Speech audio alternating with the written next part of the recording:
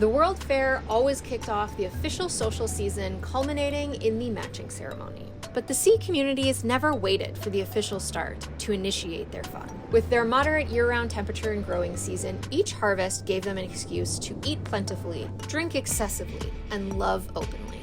In truth, the sea was rich and content before the humans arrived. Sure, their inventions and investment gave seafarers further creature comforts, but the narrative in the spoken and written histories of their foremothers spoke highly of the before times. Some even lamented before the humans came and injected their way of doing things, of thinking of things. But those voices were quiet in comparison to the rest, and especially to those of the families and allies of the Daughters of Light, Fatum and Hope. As part of the lead-up to the World Fair, for 3 days before the official fair kickoff, the elite from every kingdom were invited to preview the fair's most important elements. Balls would happen nightly to showcase Sea's musical prowess early and often. Only the last night of the fair would be without a ball, due to the matching ceremony and the subsequent fornication required afterward. Love thought how strange it must be for the elites to know that if they decided to pair with a South Sands Alsaba, they'd be married and inserting themselves in just 3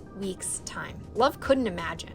Luckily, he'd have plenty of time to court someone once their mother saw what a valuable member of Seaciety he was. That dream required Love to perform at his best, however. He could not afford errors. The fear of failure compelled him to oversee almost every painful detail of the event. At this moment, he found himself in Fatum's ballroom awaiting dance practice. They had brought in a highly recommended instructor from the forest for the occasion named Leonardo.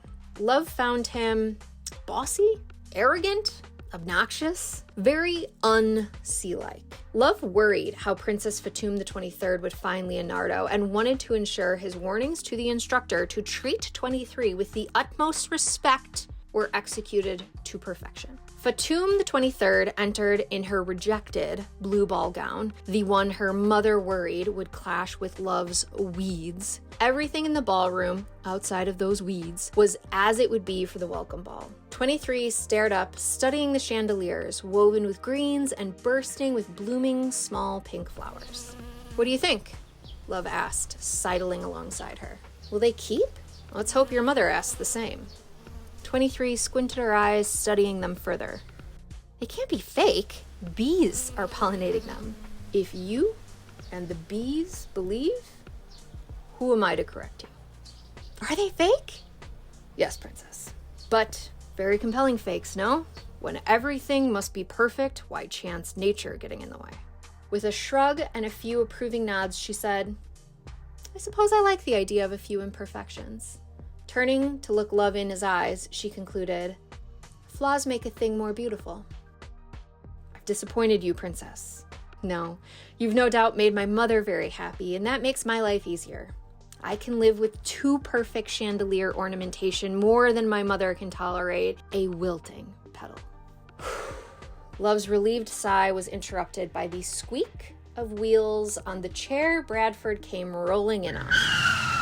Love hadn't seen Bradford since his accident and had considered if the entire thing may have been a farce, but seeing him now, with his usually plump, flush face looking pale and very withdrawn, Bradford's illness couldn't be denied. "Just rolling in to check on everything," Bradford attempted to joke before being hit with a coughing spell. "Can I get you something? Water?" Love asked. Bradford held his hand up, shaking his head. "No, quite common. I'll be okay, but shouldn't talk much." He took a long minute to catch his breath and survey the room, finally saying, "You did good." 23 stood beaming, as if she'd contributed, and added, "Very good. Trumpets." Horns, in alert to the intention of the musicians to start. "Elitists, please pair up and gather before me," Leonardo bellowed into his microphone. Love wheeled Bradford to the side where he pulled up a chair next to him. Together, they watched everyone pair off, actively avoiding 23. Touching the future heir to the throne without her asking was heavily forbidden, and no one was quite bold enough to ask. With a nudge of his elbow and a jerk of his chin toward her, Bradford encouraged Love to go. "Me? If none of them can, I surely can't." "She likes you," Bradford choked. Standing to flatten his worker's suit, he began in her direction. Leonardo made eye contact with an earnestness that stopped Love dead in his tracks. 23 turned, as did most of the elites.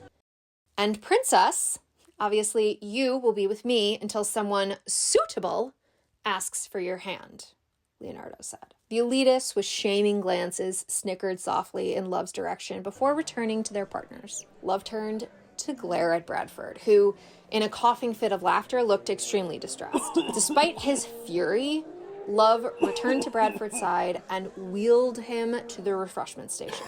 From there, the organ droned a deep first note. "Circle us and follow our lead," Leonardo shouted. He bowed to 23's curtsy. All the other couples did the same. Then the strings began to saw in soft harmony. Leonardo held his right palm to 23's, their elbows parallel but not touching. "Males, left arm behind, wrist to spine. Princess," he said, lowering his voice from a command to a suggestion. "Flare, please." 23 pinched her skirt about halfway down and drew it up and out, showcasing its beauty and flow. They circled each other, staring into each other's eyes, palms together. "Good. Next." Boom. Boom. Boom. Bada boom. The drums pounded. "We clap on the fourth beat of the measure at a 90-degree angle to your right. Boom. Bada boom. Good. Then left. And right. And left. Good. Now for the steps. But before we do, sir, costs too much." Leonardo looked in Love's direction, and that was the first time he realized Bradford had continued to cough the entire time. With a quiet acknowledgement, Love wheeled Bradford and himself out of the ballroom and down the ramp to the palace foyer. "Sorry, friend, I couldn't resist," he gasped. "I have no misgivings about my station," Love replied. "Yet you're still cursed with hope," Bradford coughed. "Is it how amusing you find yourself that invokes the cough, or something else?" "Else could you will me?" Bradford couldn't cough up a destination along with all the blood that startlingly came pouring from his mouth. In a panic over the boom, boom, boom claps in the distance, Love cried for help into the empty that no one could hear. By the time he'd left to find someone and returned, Bradford had stumbled out of his chair and died.